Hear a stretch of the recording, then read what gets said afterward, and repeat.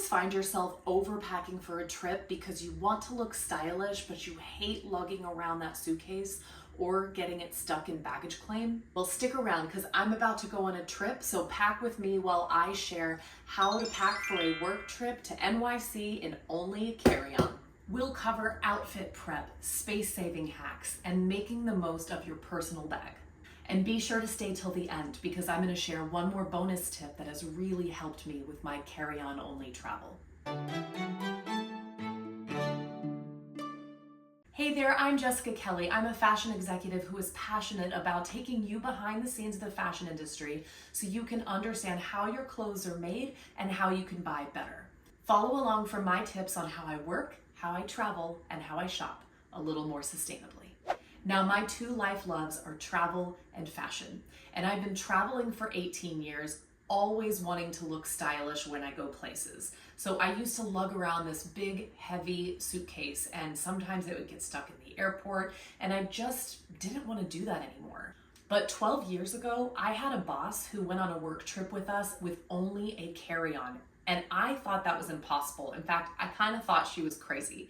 But then it got me thinking, and I wanted to challenge myself to do the same. And I can tell you, it has changed my life and made my travels so much smoother. And I want to get you there too.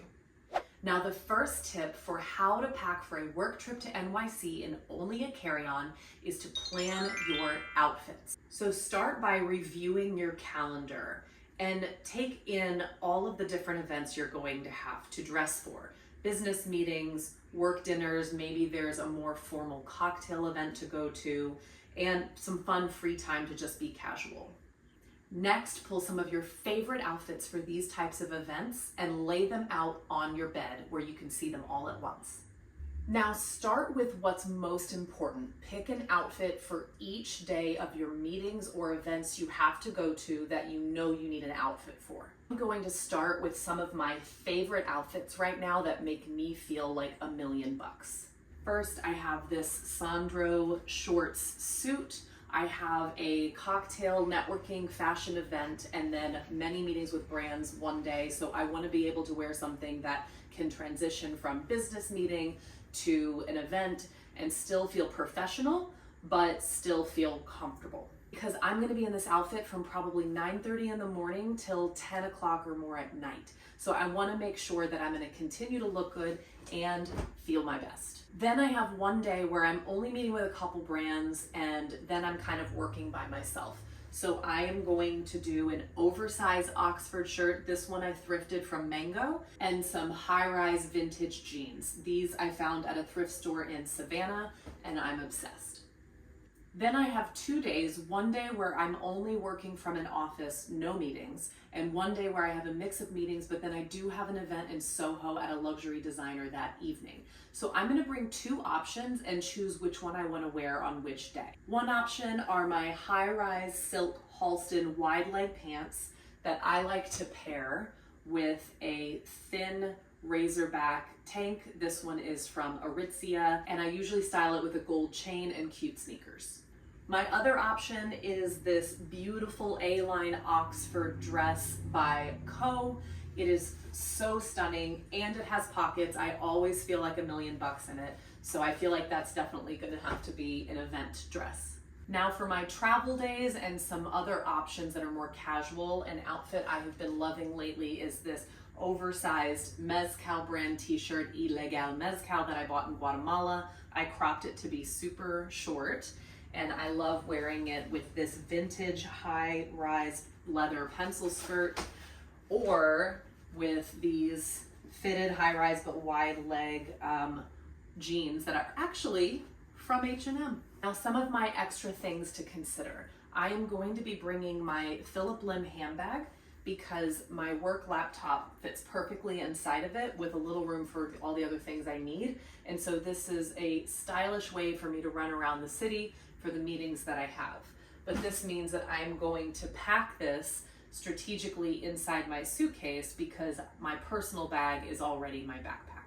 Finally, I am an active girly, so I'm going to make sure that I bring my running shoes and two versions of a walking outfit. This way, before I start my crazy day with all my meetings, I take time for a calm, quiet morning with a coffee, walking around Manhattan, and prioritizing peace and gratitude over my day. Now, if you're having a hard time whittling down your outfits, stick to colors that match each other.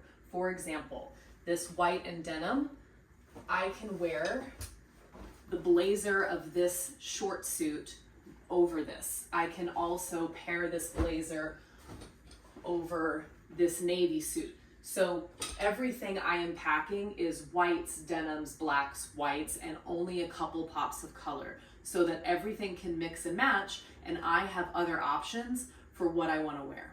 Now, the hardest part I tend to find is in shoes. I only will bring one pair of stylish sneakers. I'm already bringing a pair of running shoes, but then I would really like to be able to wear my loafers, and these are a cute low kitten heel that's quite sexy but comfortable for running around the city. Now, I'm gonna see once I start packing and making sure I have space for these, and sometimes a pair of shoes gets nixed, or sometimes I have enough room, so we'll see. Did also recently buy these Chanel knockoffs from Target. Now, I'm not typically one for knockoffs, but the Chanel version is almost $3,000. So until your budget comes in alignment with $3,000 shoes, I felt like these were nice quality. I have been in a Target factory, so I know the standards that they set for their factories are safe. And this might actually transition well for a play and work option. What's your favorite travel packing hack? Now, the next tip for how to pack for a work trip to NYC in only a carry-on is probably the most important tip, and that is packing in a space-saving way. What does that mean? Remember that the key to carry-on packing is maximizing every square inch of space you possibly can. So instead of laying flat like this and creating stacks, it is more space-saving to actually roll all of your clothing. Some people use cubes, which I'm not opposed to, and some people will roll and cube, which could be the most space-saving. I personally roll, and that has been very effective for me. So now we're gonna start putting each of these rolls into the carry-on. Another space-saving technique is rolling your socks and underwear and storing them in your shoes, and then you put your shoes in your dust bag so that your shoes don't get your clothing in your suitcase dirty, but you're maximizing that space left in your shoes. Now stay tuned because I'll have a big international trip coming up, so I'm also going to add in a video soon on how to pack for a long international trip for work and vacation. So be sure to subscribe so you don't miss those tips. Finally, the last tip for how to pack for a work trip to NYC in a carry-on is to optimize your personal bag. This means you are picking a large, preferably sturdy backpack that allows you to fit as much as possible in it. I personally opt for Dagny Dover's diaper bag.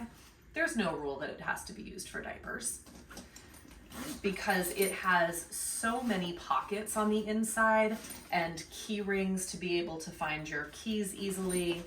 It's got the sides for the water bottle. It has easy access for your ticket or passport. Now this version is a little pricier. I used to have a cheaper option, but after that got stolen on my recent trip to Peru, I decided to upgrade myself.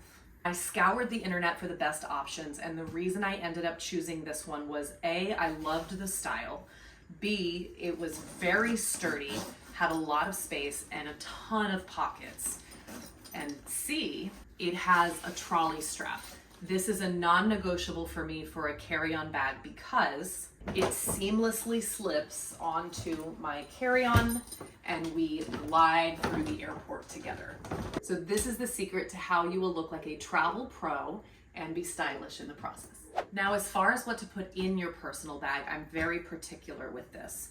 So first and foremost, I put my most expensive or important items in here, just in case for some reason I am forced to check my carry-on at the gate and something goes wrong and I don't get it back. So in my personal bag is my laptop, charger, cell phone charger, and toiletries. I also only travel with travel size toiletries because you can't bring full size in a carry-on.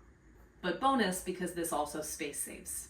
I also will put my book in here, anything that I might need, like a jacket in the airport, and if it's a long flight, comfy clothes for me sleeping overnight, which I will change back from when it's time to land. Newsflash, it is not chic to be in pajamas in the airport.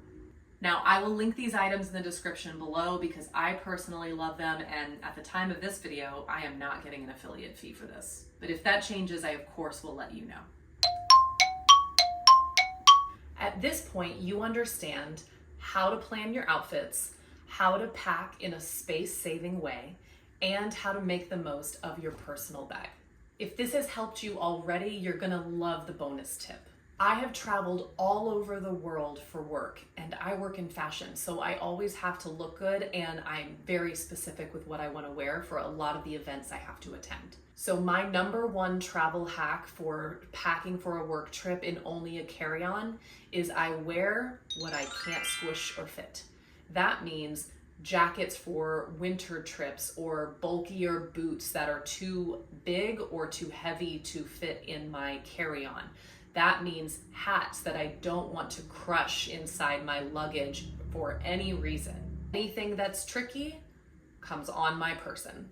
I sure hope this helped you and maybe challenges you to take a carry-on only on your next trip. And please put in the comments, did any of these tips make you think a little differently about how you pack, or do you feel inspired to take a trip with only a carry-on? Let me know your questions and what you're thinking below. If you found this video helpful, please hit that like button so I know I can keep making more of these for you. And if you want more tips like this, smash that subscribe button. I have a month-long trip to London coming up where I'm going to be packing for work and vacation, and that's quite a tricky one. If you have the same challenge, follow along so that you can get those tips too. Happy travels.